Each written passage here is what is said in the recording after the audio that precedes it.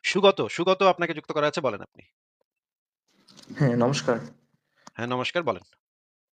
আম আমি হচ্ছে রিসেন্টলি একটি দেখছিলাম, YouTube এ একটি মানে ভিডিও দেখছিলাম। মুকাদ্দিমা নামে এক চ্যানেলের।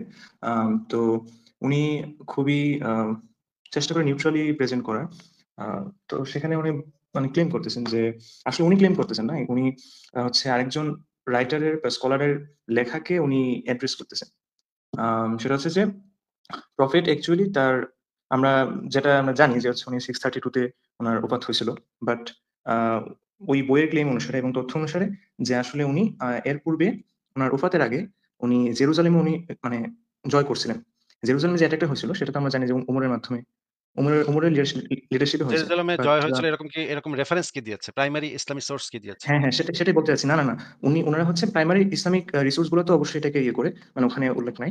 উনারা বলতেছে যে ওই সময় কন্টেম্পোরারি যতগুলা আ মানে মেনশন আছে বিভিন্ন স্ক্রল গুলাতে, মানে যেমন হচ্ছে একটা আছে ডক্ট্রিনা জ্যাকোবি, আ এবং আরো আছে যেমন সিক্রেটস অফ রাব্বি সেমন, চার্ট অফ ইভেন্টস, মানে এবং ক্রিস্টিয়ান ক্রনিকল, মানে ওই সমসাময়িক যে বিভিন্ন লেখা বা পত্র এগুলার মধ্যে সরাসরি উল্লেখ করা ছিল যে প্রফেট নাকি ওই জেরুজালেম অ্যাটাক করার যে টিম ছিল, ওটাতে উনি লিডারশিপ দিয়েছেন এবং উনি প্রেজেন্ট ছিলেন না, জেরুজালেমে। এরকম কিছু থাকার তো কথা না। ঠিক আছে, আপনি তাহলে সেই জিনিসটা আমাকে পাঠায় দিয়েন। সেই রেফারেন্স গুলা মানে আপনি কি দেখাতে পারবেন এখন?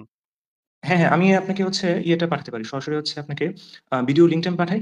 আল না, ভিডিও মুকাদ্দিমা। আমি এগুলা ভাই, এগুলা ভিডিও আমি দেখি না ভাই। আপনি আমাকে সেই প্রাইমারি সোর্সটা, যে কোন বইতে আ প্রাইমারি সোর্স, এটা কিন্তু ওই লেখকের বইটা না বলছি না কিন্তু।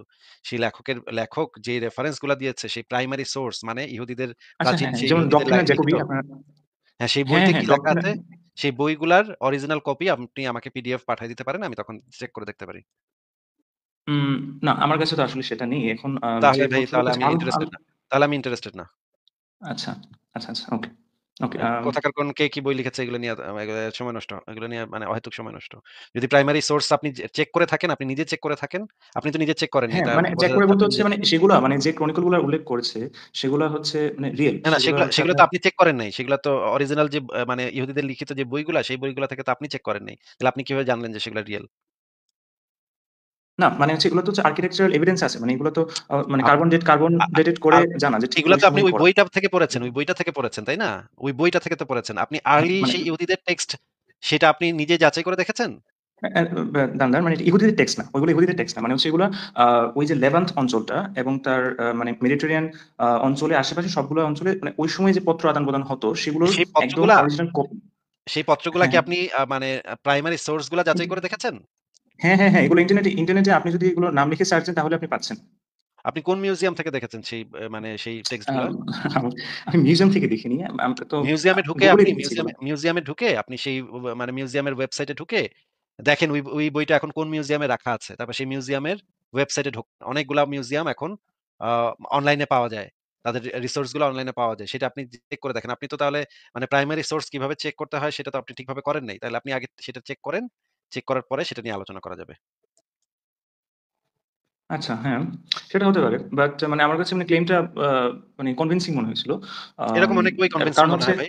অনেক বই কনভিন্সিং মনে হয় এবং তার লেখকরা এমনভাবেই লেখে যেন মানে পাঠকরা কনভিন্সড হয়। না, উনি এমনভাবেই উনি হচ্ছে মানে আ বা একদম নিউট্রাল পয়েন্ট অফ ভিউ থেকেই লেখা ইয়েটা। মানে কারণ হচ্ছে যেহেতু যদি নবীজি যে সিটিটা উনি একদম সর্বশেষ উনি করবেন, মানে দখল করবেন বা করবেন, সেটা যদি জেরুজালেম হয়ে থাকে, তার মানে ইহুদিদের যে ভবিষ্যদ্বাণী ছিল যে একজন নবী আসবে, জেরুজালেম করবে, জয় করবে এবং ওইটাই তখন আসলে কিয়ামতের আ মানে লাস্ট জাজমেন্ট এর একটা সাইন হিসেবে হতো। তো তাহলে উনারা ক্লেইম তাহলে তো করতেছেন যে হচ্ছে এই জিনিসটা। এখনো কেয়ামত হচ্ছে না কেন তাহলে? হ্যাঁ, সেটাই। মানে হচ্ছে উনি বলতে চাচ্ছেন যে এই বিষয়টাই, এই ডিসক্রিপেন্সি টাই তৎকালীন মানে যখন 1850 র দিকেই তো মনে হয় যে হাদিস এবং সিরাত লেখকরা ছিল। তারা হয়তোবা এই ডিসক্রিপেন্সি টাই মানে তারা এই কারণে তারা কাইন্ড অফ ধামাচাপা দেওয়ার চেষ্টা করছেন এবং উনার ওফাতের স্থানটা আ মানে উনার ওফাতের আগে যে জেরুজালেম উনি জয় করছেন সেটা তারা কাইন্ড অফ মানে ইরেজ করছে। এবং জাস্ট তাবুকের যুদ্ধ পর্যন্ত আমরা জানি।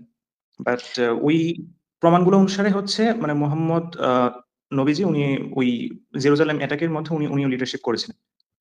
তাহলে তো যাই হোক। পুরাই উল্টাপাল্টা হয়ে যায়। মানে আমরা যেই সোর্স গুলা থেকে জানি সেগুলা সবকিছু ওলটপালট হয়ে যায়। তাহলে তো অন্য অনেক হ্যাঁ, হ্যাঁ, প্রশ্নের মানে উৎপত্তি ঘটবে, যেই প্রশ্নগুলোর উত্তরও তো দিতে হবে। কিন্তু আপনি একটু চেক করেন, চেক করে দেখেন যে এটার প্রাইমারি সোর্স গুলা ঠিক আছে কিনা। অনেক লেখক অনেক বই বের করে ভাই। যেগুলা মানে সবকিছু আ এত গুরুত্ব আমরা দেই না। যদি আমরা দেখি গুরুত্বপূর্ণ তাহলে আমরা অবশ্যই প্রাইমারি সোর্স গুলাকে চেক করে দেখি। হুম। আচ্ছা, আরেকটা বিষয় যেটা আমি বলতে চাচ্ছিলাম যে, আপনি মানে আপনার আমি কয়েকটি প্ল্যাটফর্ম আমি দেখেছি কথাবার্তা বা আপনার একটা ইয়ের নাম হচ্ছে কি যেটা সংশয়। তো মানে আমার জানতে আগ্রহ যে আপনাদের মানে আপনার বা আরো এরকম এথিস্ট যারা আছে তাদের কাইন্ড অফ আউটলুকটা কিন্তু মানে সেই ওয়েস্টার্ন এম্পিরিসিস্ট যে আইডিওলজি ওইটা থেকে কাইন্ড অফ ইয়ে হওয়া মানে অরিজিনেটেড। তো এটা ছাড়াও মানে কিন্তু বুঝলাম মানে না। এটা ঠিক মানে আছে বুঝলাম না। মানে বুঝলাম না, একটু মানে এক্সপ্লেইন করে বলেন।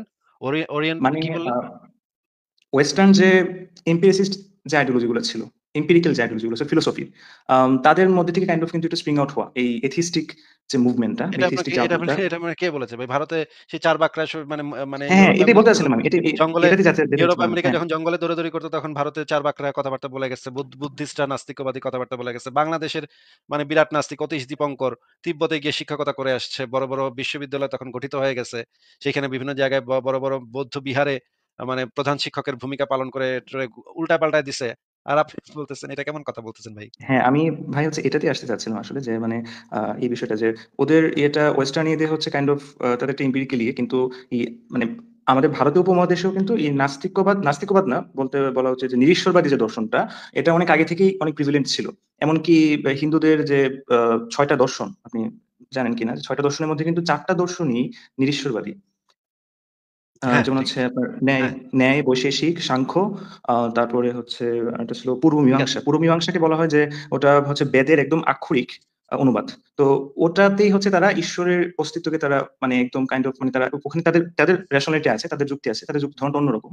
যেমন তারা হচ্ছে কি বলে? তারা ওই ঈশ্বরের ধারণাটাকে তারা একটু ভিন্ন দিক দিয়ে তারা ইয়ে করে যে তারা বলে যে ঈশ্বর যদি থাকতো তাহলে অবশ্যই সে যদি কিছু সৃষ্টি করতে চায় তাহলে তার মধ্যে ডিজায়ার তৈরি হতে হবে। বাট ঈশ্বরের সংজ্ঞা আচ্ছা। অনুসারে তিনি পূর্ণ। সো উনার মধ্যে যদি কোনো কিছুর অভাব বোধ থাকে তাহলে উনি ডিজায়ার করবেন। এবং যদি উনি অভাব বোধ করেন, তার মানে উনি তো কোনো হায়ার কোনো একদম কমপ্লিটেড কোনো বিং হতে পারে না। তাহলে উনার মধ্যে আর অন্য এই যে সাধারণ মানুষদের মধ্যে কি পার্থক্য রইল? উনার মধ্যে একটা অভাব বোধ যদি থাকে তাহলে উনার মধ্যে মানে superiority আসলো কিভাবে? তো বৈশেষিকরা এরকমভাবে জিনিসটাকে ডিনাই করে। ঠিক আম আছে, আপনার কথা ঠিক একমাত্র আছে। কিন্তু আমরা আসলে যে মানে ওয়েস্টার্ন বা ইস্টার্ন এরকমের ভাগাভাগি করা বা আ মানে জ্ঞানের আ ধারাগুলাকে বা ফিলোসফির ধারাগুলাকে এভাবে আমরা ভাগ-বাটোয়ারা করা, আমি অন্তত এই জিনিসটা পছন্দ করি না। আমার কাছে আ প পশ্চিমা দার্শনিকরাও যেরকম, আমার কাছে চীনের দার্শনিকরাও একই রকম, ভারতের দার্শনিকরাও একই রকম। মানে সেইম। আমার কাছে এটা পশ্চিমা বা পূর্ব এই ধরনের ভাগাভাগি করে এই জিনিসগুলাকে আমি কমপ্লিকেটেড করতে চাই না। এবং হুম, এইগুলার ভেতরে কিছু জাতীয়তাবাদী মানে চিন্তাভাবনা থাকে যে ভারতের এটাই শ্রেষ্ঠ, ভারতের দর্শনটাই শ্রেষ্ঠ। ওদের থেকে আমরা হুম, বেশি হুম, আগাই, বা পশ্চিমারা যদি মনে করে যে পশ্চিমা দর্শনই শ্রেষ্ঠ, ভারতের দর্শন পিছায়া। এই ধরনের হুম, জিনিসের ভিতরে আমি যেতেই চাই না। এগুলো নিয়ে আমার আলোচনা করারও ইচ্ছা নাই। এগুলো হচ্ছে ক্ষুদ্র জাতীয়তাবাদী চেতনা থেকে হুম, হুম, অনেক মানুষের ভিতরে এই ধরনের মানে আবেগ তৈরি হয় যে ভারতের চার্বাকরা এটা। আমি আপনাকে এই যে ভারতীয় চার্বাকদের কথা বললাম শুধুমাত্র আপনি যখন এটাকে ওয়েস্টার্ন হিসেবে আখ্যায়িত করলেন এই ধারণাগুলাকে, এই কারণে আপনাকে আমি বললাম। কিন্তু এমনিতে আমি সাধারণত এই ভাগ-বাটোয়ারার ভিতরেই যাই না যে এইটা ভারতের দার্শনিকরা করেছে বা এটা পশ্চিমের দার্শনিকরা করেছে। আমার কাছে বার্ট্রান্ড রাসেল অথবা ইমানুয়েল কান্ট অথবা মানে গৌতম বুদ্ধ, এদের মধ্যে আমার কাছে কোনো আ আমি এদেরকে এইভাবে ডিফাইন করি না যে অমুক হচ্ছে গিয়ে ইমানুয়েল কান্ট হচ্ছে ইউরোপের, বার্ট্রান্ড রাসেল হচ্ছে হুম। মানে পশ্চিমা, আর হচ্ছে গিয়ে গৌতম বুদ্ধ হচ্ছে ভারতের। এরকম ভাগ-বাটোয়ারা আমি করি না। আমার কাছে ফিলোসোফার যারা তারা আ বৈশ্বিক জ্ঞান অর্জন করেন। তাদের জ্ঞানটা সারা পৃথিবীর। হ্যাঁ, বাট হচ্ছে মানে বিষয়টা কি মানে আ ওদের আমি হচ্ছে ওয়েস্টার্নদের মানে এই ইয়েগুলা তাদের এথিজম যে জিনিসটা যেভাবে তারা ইয়ে করে মানে আলোচনা করে আর্টিকুলেট করে ওটার মধ্যেও আমার কাছে কিছু মনে হয়েছে। মানে কিছু লেকিংস আমার কাছে লেগেছে। যেটা আমার কাছে মনে হয় যে ইন্ডিয়ান ফিলোসফি গুলো খুব ভালোভাবে এড্রেস করছে। বিশেষ করে যে আপনি যেটা মেনশন করলেন যে বুদ্ধের কথা, আম গৌতম বুদ্ধ বা হচ্ছে আজিবিক আছে। আজিবিকদের কথা তো আর জানা যায় না। তারপর জৈনরাও কিন্তু কাইন্ড অফ তারা নিরীশ্বরবাদী। এরকম আপনি তো বলতে পারেন না যে পশ্চিমারা ঠিকভাবে অ্যাড্রেস করতে পারে নাই, ভারতীয়রা ঠিকভাবে অ্যাড্রেস আ করতে পেরেছে। এটা আপনি হয়তো জাতীয়তাবাদী চেতনা থেকে বলতেছেন, বা না, আমি জাতীয়তাবাদ চেতনা থেকে হয়তো বলছি না আসলে। ভারতীয় আপনি হয়তো ভারতীয় দেখে এই বইগুলা আমি ভারতীয় না, বেশি পড়েছেন। বাংলাদেশী। আচ্ছা, আপনি আমি বাংলাদেশী। ভারতীয় বলতে আমি যেটা বোঝাচ্ছি বৃহত্তর হ্যাঁ, ভারতের অংশ বোঝাচ্ছি। বাংলাদেশী বা ভারতীয় এই পুরা অঞ্চলটাই তো একসময় একসাথে ছিল। এখন আপনি হয়তো এই ভাষার বইগুলা বেশি পড়ার স্কোপটা পেয়েছেন। হয়তো আপনি ইউরোপিয়ান যে ফিলোসফির যে ডেভেলপমেন্ট সেই জিনিসগুলো হয়তো আপনি সেইভাবে পড়েন নাই বা সেভাবে আপনার কাছে আপনার আপনার রিসোর্স গুলো আপনার কাছে অ্যাভেলেবল ছিল না। এই কারণে হতে পারে যে আপনি সেই সম্পর্কে আপনার কিছুটা দুর্বলতা আছে জানার সম্পর্কে। এই কারণে ভারতীয়রা ঠিকভাবে অ্যাড্রেস করেছে, ওরা ঠিকভাবে অ্যাড্রেস করে নাই। এটা আমার কাছে সঠিক মনে হয় না। বরঞ্চ আমার কাছে তো মনে হয় যে ইমানুয়েল কান্টের মতো যে ফিলোসোফার মহাবিশ্বে আর ২-১ টা জন্মাবে কিনা সেটাই আমার কাছে অবাক লাগে যে এরকম ফিলোসোফার তো জন্মানোই একটা বিরল ঘটনা। হ্যাঁ, ভাই ভালো কথা আপনি উল্লেখ করেছেন ইমানুয়েল কান্তের কথা। তো ইমানুয়েল কান্ত দিয়ে করেছে। ইমানুয়েল কান্ত কিন্তু উনি কিন্তু হচ্ছে আইডিয়ালিজমকে আ কাইন্ড অফ পুনরুদ্ধার করছিল। তো উনার দর্শনের মূল ইয়েতে কিন্তু ছিল যে একটা আপ্রায়োরির কথা উনি উল্লেখ করছিলেন। তো আপ্রায়োরি কিন্তু হচ্ছে যে এটা বিলিভ করে যে মানুষের মধ্যে প্রত্যেকটা মানুষের মধ্যে ইনহেরেন্টলি আ তার জন্মগতভাবে তার মধ্যে কিছু নলেজ থাকে। কিছু সেই নলেজটাকে বলতে পারেন যে কাইন্ড অফ ওই আ অরিজিনাল সিন যেরকম তো সেরকমই মনে করেন অরিজিনাল একটা নলেজ যেটা সবার মধ্যে ইনহেরেন্টলি থাকে।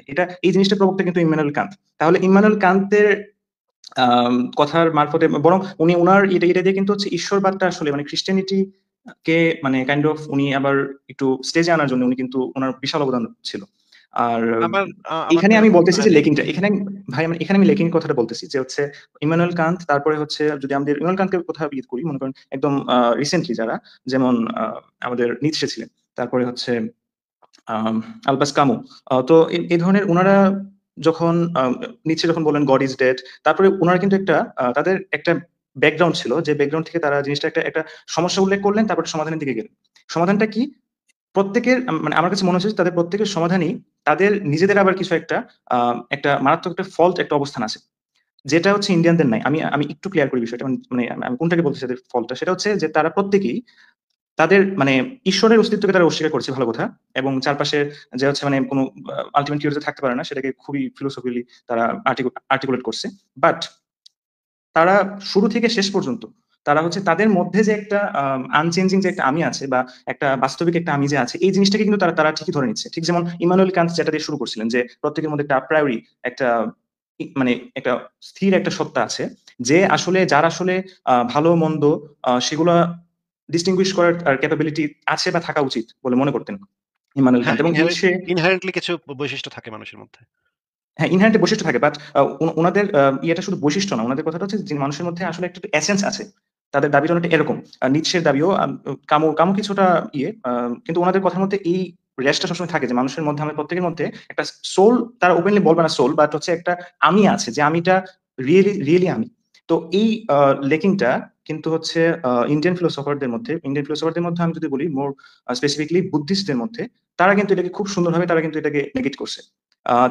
তারা ঈশ্বর নিয়ে কিন্তু আপনি বৌদ্ধদের ইয়েতে কিন্তু আপনি কোথাও পাবেন না যে তারা ঈশ্বর নিয়ে তারা তর্ক করতেছে, বিতর্ক করতেছে। এগুলো কিন্তু পাবেন না। ঈশ্বর জিনিসটা যেন একটা অপাংতেয় শব্দ। প্রয়োজনই নেই এটা নিয়ে আলোচনা করার।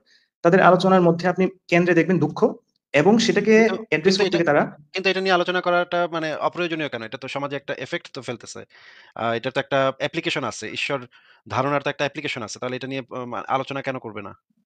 ভাই মানে ওর সময়ের ওই উনার বুদ্ধের সমকালীন সময়ে মানে এখনই আমরা ঈশ্বর বলতে যে ঈশ্বরকে বুঝি যে একজন সুপ্রিম একজন ক্রিয়েটর, সিঙ্গেল ওয়ান এই কনসেপ্টটা ওই সময় তখনও প্রচলিত ছিল না। মানে বুদ্ধের সমকালীন সময় ওইভাবে প্রচলিত। তখন কিন্তু ব্রহ্মার কিন্তু ইন্দ্র তখন তাদের তো কথাই প্রচলিত দেবদেবীরা ছিল। ছিল। দেবদেবীরা তো ছিল হ্যাঁ, এবং দেখতে পেয়েছিলেন। বুদ্ধিস্ট হ্যাঁ, হ্যাঁ। বুদ্ধিস্ট বইপত্রে তো দেবদেবী এবং স্বর্গ নরকের হ্যাঁ, ইয়াও হ্যাঁ। পাওয়া যায়। হ্যাঁ, হ্যাঁ, হ্যাঁ। তারা বৌদ্ধরা কিন্তু হচ্ছে দেব-দেবীতে খুবই বিশ্বাস করে। তারা এটা নিয়ে তাদের মধ্যে কোনো ইয়ে নাই, ডিবেট নেই। আমি এটাই বলতেছি যে তাদের মধ্যে ঈশ্বর নিয়ে আসলে তাদের ইয়ে ছিল না। বরং তাদের আলোচনার কেন্দ্রে যে একটা বিষয় ছিল দুঃখ, সেটাকে এড্রেস করতে গিয়ে তারা একটা সুন্দর একটা কনসেপ্ট আনছে। সেটা হচ্ছে অনাত্মা। মানে নন সোল, মানে নট সেলফ। মানে ওটার মানে যদি হচ্ছে ইলাবোরেট করি যে এটা ক্লেইম করে যে আসলে আমরা যখন বিহেভ করি আমরা আমাদের ডে টু ডে লাইফে আমরা আসলে ধরে নিই যে আমাদের দোকানের মাঝখানে চোখের পিছনে একটা আমি আছে যে আমিটা অনুভব করে, যে আমিটা বলে, যে আমিটা চাই, যে আমিটার চাহিদা আছে। এবং গৌতম বুদ্ধ হচ্ছে ওই আমিটাকে উনি কাইন্ড অফ প্রশ্নবিদ্ধ করে দিচ্ছেন। উনি দেখাতে যাচ্ছেন যে আসলে সেই আমিটা কোনো আনচেঞ্জিং আহ মানে এভার এক্সিস্টিং কোনো আমি আসলে না। এটা সবসময় কাইন্ড অফ এটা আসলে ভয়েড। মানে ধরুন যে একটা খালি একটা পেপারে বুঝতে আমি পেরেছি, যদি বুঝতে অনেকগুলো পেরেছি। বুঝতে এরো পেরেছি যদি আপনার হ্যাঁ। বুঝতে পেরেছি হুম, আপনার হুম, কথা। ঠিক আছে, এই হুম, হুম। বিষয়টা নিয়ে আমরা একসময় মানে সময় করে আলাপ করতে পারি। আপনি এক কাজ করতে পারেন, আমাকে একটা মেইল করে দিতে পারেন। info@সংশয়.com আপনি যদি আমরা যদি সময় পাই তাহলে এটা নিয়ে আমরা একটা সময় বিস্তারিত আলোচনা করতে পারি। আমাদের মানে লাইভে আরো কয়েকজন আছেন।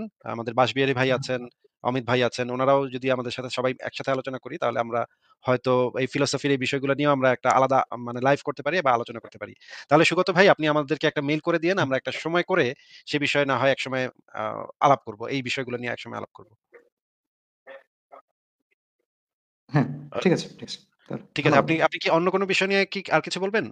কারণ আমাদের এই লাইভ গুলা আমরা আসলে মানে না, মুমিনদের না। সাথে আলোচনা করার জন্য করি তো। আপনার কথা খুবই চমৎকার। আপনার কথা মানে গুলা খুবই আমরা আলোচনা করতে পারি। কিন্তু আজকে মনে হয় সেইটার মতো ইয়াটা আমাদের নাই।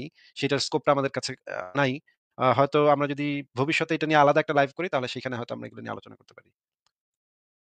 হ্যাঁ, ঠিক আছে। তাহলে আপনি আমাকে একটা মেইল ধন্যবাদ। করে দিয়েন যদি আপনি পারেন তাহলে একটা মেইল করে দিয়েন আমাকে। মেইল করব বলতে হচ্ছে মেইল কি উল্লেখ করব বা জাস্ট মেইলিং নাকি? জাস্ট আপনার কি মানে বলছেন? মেইল মানে কোন অ্যাড্রেসটা যেন কনটেন্ট? আমার কাছে থাকে মানে মেইল অ্যাড্রেসটা যেন আমার কাছে থাকে। যদি আমি এরেঞ্জ করতে পারি একটা আলোচনার, তাহলে আপনাকে আমি মেইল করে আপনাকে আমি বলব যে এই দিন এই তারিখে আপনি যুক্ত হতে পারেন। তাহলে আমরা এটা নিয়ে আলোচনা করতে পারি। এই যে এই মানে মেইল অ্যাড্রেসটা নিচে স্ক্রল করছে আপনি লিখে লিখে নেন। ঠিক আছে? তাহলে আজকে আচ্ছা, আপনাকে বিদায় জানাই। আচ্ছা। জি, ওকে। ধন্যবাদ। ঠিক আছে। ভালো থাকেন তাহলে। হুম। আচ্ছা। তাহলে পরের জনকে